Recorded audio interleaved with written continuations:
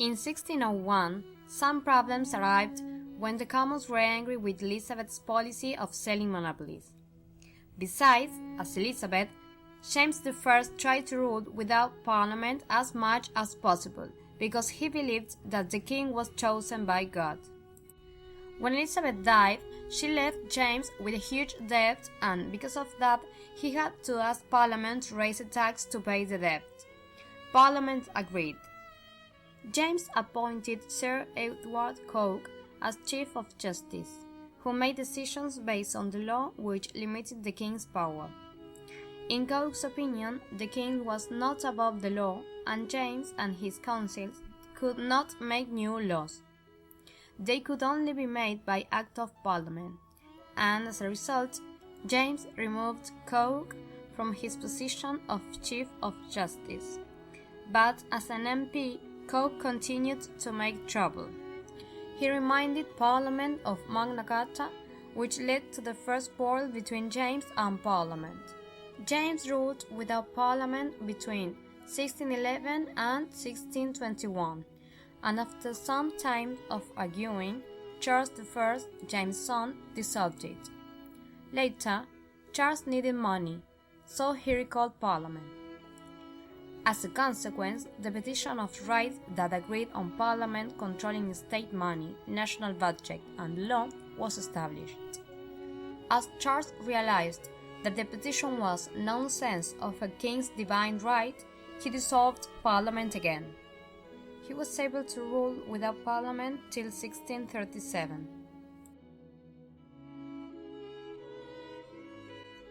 Charles, as his father James, always had the support of the Anglican bishops. However, their relationship with the Scottish Presbyterian was not that good. That was because they had a more democratic organization and didn't support them. There was also a group of people inside the Anglican Church who were called the Puritans and were against the existence of bishops, and as a consequence, against both kings. When the Puritans claimed for an Anglican Church without bishops, the king felt that his reign was in danger. For this reason, he appointed William Law as Archbishop of Canterbury. William trying to implement all Catholic traditions that had already been abolished in the Reformation. The situation made members of Parliament get angry because most of them were Puritans. In 1637, Laud continued trying to apply all Catholic traditions, but this time in Scotland.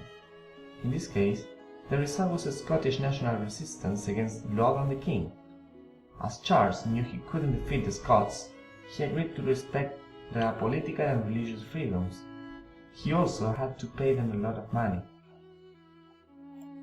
It was impossible for Charles to reign without money, so he needed the Parliament's help. This forced him to rule under parliamentary control and accept a new law which stated that Parliament had to meet at least once every 3 years.